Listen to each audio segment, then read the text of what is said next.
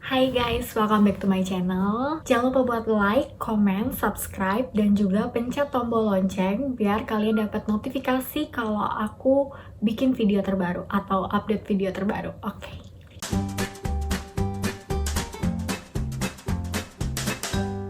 Kali ini aku bakal share tentang pengalaman aku tes di STPNHI Bandung. Jadi, aku tuh tes di tahun 2015. Jadi mungkin beberapa ada yang beda ya dari yang sekarang sama yang dulu. Tapi sebenarnya menurut aku tesnya tuh nggak jauh beda. Cuma perbedaannya dari SBM, SMM aja. Kalau dulu tuh sistemnya gelombang 1 dan gelombang 2. Kalau sekarang mungkin SBM dan SMM kayak gitu. Nah, jadi aku nih tesnya tahun 2015, otomatis sekarang aku udah lulus. Jadi aku udah lulus dari tahun 2019 Januari. Nah, jadi sekarang aku udah alumni ya. Mungkin beberapa dari kalian masih bingung kayak apa sih STPNHI Bandung. Jadi sebenarnya STPNHI Bandung ini adalah salah satu sekolah perhotelan tertua di Indonesia. Nah, nama hitsnya adalah NHI. Jadi sebenarnya aslinya tuh tulisannya NHI, cuma disebutnya NHI. NHI itu kepanjangannya National Hotel Institute. Nah, jadi waktu zaman NHI ini banyak banget mahasiswa-mahasiswa dan dosen yang dari luar, kayak dari Swiss, kayak gitu. Nah, mungkin beberapa dari kalian juga ada yang bingung apa sih bedanya STPNHI sama Akpar NHI. Jadi STPNHI ini dia tuh negeri dan di bawah Kementerian Pariwisata dan Ekonomi Kreatif. Dan letaknya juga di Jalan Setiabudi. Kalau Akpar NHI sendiri dia itu swastanya. Terus juga kalau Akpar NHI itu letaknya ada di Jalan Cemara kayak gitu. Jadi Akpar NHI ini swastanya ya. Jadi terus mungkin ada juga yang bertanya-tanya nih, sebenarnya STPNHI Bandung ini sekolah kedinasan atau bukan sih? Jadi STPNHI Bandung nih bukan kedinasan. Jadi setelah lulus kuliah kalian bebas mau kerja di mana aja, mau kerja di hotel, mau di pesiar, atau kalian mau kerja di dalam negeri atau luar negeri, itu terserah kalian. Jadi nggak ada batasan kayak harus kerja di sini atau gimana, nggak ada. Jadi kalau pada saat aku dulu tes ini, itu tuh ada beberapa perbedaan. Mungkin dari tes yang sekarang disebutnya kan SBM sama SMM ya. Kalau dulu tuh gelombang 1 dan juga gelombang 2. Jadi beberapa dari kalau dalam satu tahun tuh ada 2 kali tes, gelombang 1 dan juga gelombang 2. Jadi kalau kalian gak keterima di 2 kali tes ini, otomatis kalian harus ngulang di tahun berikutnya.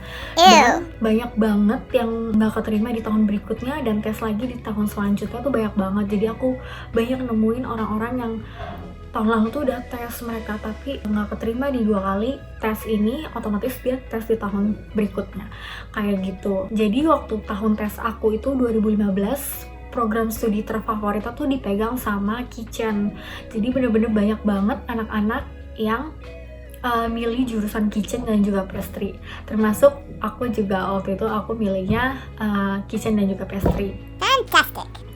Nah, mungkin juga bedanya kalau yang di tahun 2015 itu kalian cuma boleh milih 2 program studi. Nanti kalau kalian udah pilih 2 program studi, pada saat interview kalian akan dikasih surat dan itu kalian isi lagi program studi pertama kalian pilihannya apa dan kedua apa. Nanti setelah itu di bawahnya ada bacaan kalau misalkan kalian setuju atau enggak nih bakal, kalau kalian gak keterima di 2 program studi pilihan kalian, kalian setuju nggak nih buat dipindahin ke program studi yang lain. Kalau kalian checklist dan kalian sign setuju, berarti nantinya kalau kalian nggak keterima di 2 prodi ini, kalian bakal dipindahin ke prodi lain. Tapi kalau kalian nggak setuju, kalau kalian nggak keterima di dua-duanya, ya berarti kalian nggak keterima kayak gitu. Jadi pilihannya terserah kalian, kalian mau checklist atau enggak. Jadi bukan, nggak ada paksaan ya. Oke, jadi waktu itu pertama kali mau tes, kalian pasti kan harus apply semua data-data kalian kayak gitu kan ke websitenya. kayak program studi pilihan kalian apa. Nanti pas kalian mau bayar formulirnya itu kalian bisa langsung bayar ke BRI. Buktinya bisa kalian simpen dan kalian bawa nanti waktu tes. Setelah itu di tanggal berapa nanti ada pengumuman buat kalian udah bisa print kartu ujian kalian. Kalau dulu tuh masih print sendiri kartu ujiannya, dan kalian bisa langsung kalau aku dulu dilaminating karena kartu itu kan bakalan dibawa ke Bandung, ditunjukin pada saat kalian nanti tes karena akan ditaruh di atas meja. Jadi bener kalau kalian ikut tes kayak gitu. Dan biasanya di website ditulisin nih alat tulis apa aja yang harus kalian bawa, kayak misalkan pensil, penggaris, pulpen dan lain-lain buat persiapan kalian nanti tes kayak gitu. Sebelum tes, biasanya kan tesnya tuh ada 3 hari ya. Sebelum tes itu tuh H-1 biasa kalian diminta untuk datang karena ada semacam kayak penyuluhan dari pihak kampus. Penyuluhannya itu nanti kalian akan dikasih arahan kayak gimana aja sih proses-proses tesnya, termasuk tes kesehatan. Setelah kalian udah dijelasin, menurut aku kalian lebih baik datang H-1 itu waktu penyuluhan. Jadi kalian hari itu juga bisa ngecek ruangan kalian di mana. Jadi nanti kalian bisa lihat biasanya waktu itu ditempel di depan gedung Ciremai. Kalian lihat nih nomor ujian kalian berapa dan kalian bisa cek kalian ada di ruangan mana. Dan hari itu juga kalian bisa cek tuh ruangan ujian kalian di mana. Jadi kalian pada saat hari H tes kalian udah nggak bingung ruangan kalian tuh di mana. Kalian nggak bingung harus nyari-nyari ruangan kelas kalian nanti di mana. Jadi nggak terlalu buang waktu banyak. Jadi tes pertamanya itu psikotes. Jadi di tes ini kalian isi psikotes itu kan lebih kayak ke diri kalian sendiri ya. Jadi nggak ada salah, nggak ada benar. Nah tapi di sini aku mau kasih tahu kisi-kisinya di tes psikotes itu dia ada menggambar. Jadi ada 6 kotak kalau nggak salah. Si 6 kotak itu udah ada kayak sedikit gambar, kayak misalkan titik atau apa. Nah kalian di gambar itu harus ngelanjutin lagi bikin gambar sesuai dengan yang ya kalian mau bikin apa kayak gitu. Terus yang aku ingat juga ada lagi menggambar juga. Jadi kayak kalian menggambar bebas, menggambar orang dengan profesi apa aja kalian bisa gambar itu juga. Itu yang aku ingat 2 itu.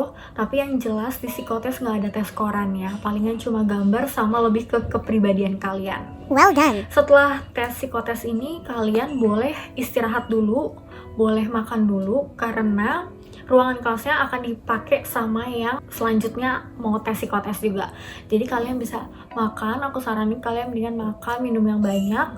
Terus nanti siangnya itu biasa udah ada jadwal buat tes bahasa Inggris. Jadi dalam 1 hari pertama itu tes psikotes sama tes bahasa Inggris. Tes bahasa Inggrisnya tuh kisi-kisinya lebih kayak ke grammar, bahasa Inggris basic kayak gitu. Kurang lebih waktu itu ada 100 soal sih kalau bahasa Inggris yang aku ingat. 100 soal sih. Setelah itu udah selesai, kalian bisa pulang. Kalian mungkin kalau yang mau jalan-jalan bisa jalan-jalan. Dan selanjutnya tuh biasanya tes kesehatan sendiri dan tes interviewnya sendiri. Karena interview itu kan satu ruangan bisa banyak orang juga.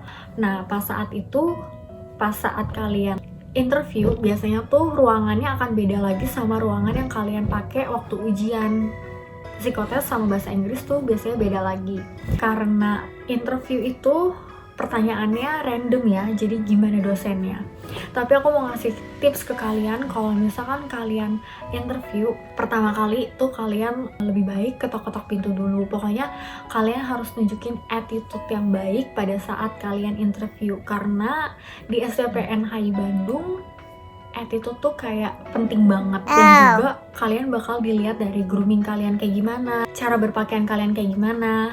Dan waktu interview mungkin kalian bisa pakai baju yang formal buat interview, kayak misalkan kemeja, bawahannya rok, yang penting formal, pakai sepatu yang jelas. Pokoknya ya kalian harus tahu tempat lah. Kalau kalian mau interview kayak gimana berpakaiannya, lebih kayak ke formal attire aja kayak gitu. Terus kalau kalian udah ketok-ketok nih, kalau kalian udah dipersilakan masuk, biasanya dosen tuh akan mempersilahkan kalian duduk, baru kalian duduk. Dan waktu interview tuh bisa full bahasa Indonesia, bisa full bahasa Inggris, lagi tergantung ke dosennya. Jadi kalau kalian diajak ngomong bahasa Inggris, sebisa mungkin kalian jawab pakai bahasa Inggris. Dan kalau misalkan kalian diajak ngomong bahasa Indonesia, boleh kalian jawab Indonesia. Jangan kalian kayak misalkan diajak ngomong Indonesia, kalian ngomong Inggris, jadi kayak nanti seakan-akan kayak nggak nyambung, maksudnya kayak mungkin terlihat sombong atau gimana ya. Jadi lebih baik kalau misalkan dosennya bahasa Inggris ya kalian boleh jawab Inggris. Jangan sebisa mungkin ya jangan jawab pakai bahasa Indonesia karena bahasa Inggris kalian juga dinilai. Biasanya interview tuh lebih kayak ke pertama sih pasti memperkenalkan diri kalian. Terus tergantung prodi yang kalian ambil juga nih. Tapi random, bisa aja prodi yang kalian ambil kitchen tapi kalian ditanyain tentang pariwisata. Kayak itu bisa ya. Jadi kalian lebih baik hafalin general knowledge kayak misalkan nama menteri pariwisata siapa. Nama-nama menteri kalian bisa hafalin. Terus juga 7 keajaiban yang kayak ada di dunia tuh apa aja, kayak gitu-gitu. Terus sabta pesona tuh apa, kayak gitu-gitu bisa aja itu ditanyain. Atau enggak kalian juga kalau misalkan ngambil kitchen pastry, kalian bisa ditanya kayak resep-resep masak yang kalian bisa. Atau enggak apa sih masakan yang kalian bisa tuh apa, kalian sebutin misalnya ingredientsnya apa. Kurang lebih interviewnya kayak gitu. Dan durasi lamanya tuh juga tergantung sama dosennya. Ada yang kayak cuma sebentar kalian udah boleh keluar, jadi tergantung dosennya ya. Setelah itu ada tes kesehatan. Jadi aku saranin kalau waktu tes kesehatan kalian mungkin bisa minum sehari sebelumnya, kalian bisa minum susu Bear Brand atau enggak kalian bisa minum air putih yang banyak.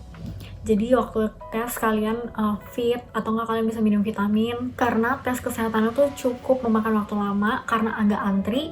Tes kesehatannya sendiri tuh ada pengecekan badan kayak dari dokter, tapi dokternya tuh tenang aja. Kalau waktu aku sih sesuai dengan gender, jadi kalau cewek diperiksa sama cewek, paling cuma dilihat kayak ada luka atau enggak. Terus habis itu tes urin, tes buta warna, terus ada ronsennya juga.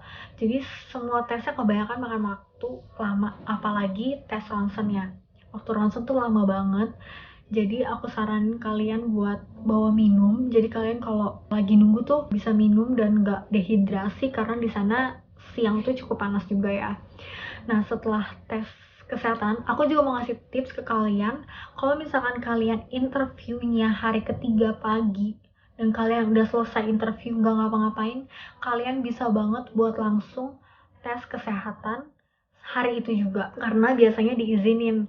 Kayak aku tuh waktu itu yang tes kedua aku ikut 2 kali tes. Jadi gelombang kedua aku ikut lagi. Di gelombang kedua karena aku udah tahu nih tes kesehatannya boleh, misalkan hari itu bukan jadwal aku tapi aku mau ikut tes kesehatan, itu kalian boleh karena udah sepi kan. Jadi kalian boleh langsung tes kesehatan, jadi besoknya juga kalian bisa langsung pulang. Jadi nggak terlalu makan waktu lama buat di Bandung. Dan bisa ngurangin cost juga kalian waktu ngeluarin banyaknya pengeluaran kalian waktu di Bandung. Jadi yang harusnya 3 hari mungkin jadi cuma bisa dipersempit gitu, kayak lebih kalian bisa lebih pulang lebih cepat juga ke rumah kalian kayak gitu. Itu sih kurang lebih tes dan kisi-kisi yang bisa aku kasih. Nah jadi segitu kurang lebih pengalaman aku waktu tes di STPNHI. Mungkin kalau kalian punya pertanyaan kalian bisa langsung komen aja, akan aku usahain buat jawab. Kalau emang pertanyaannya banyak, aku akan bikin video buat next tentang tes ini. Dan juga kalian bisa langsung ke Instagram aku aja. Oke, sekian. Dadah. Thank you for watching. Bye.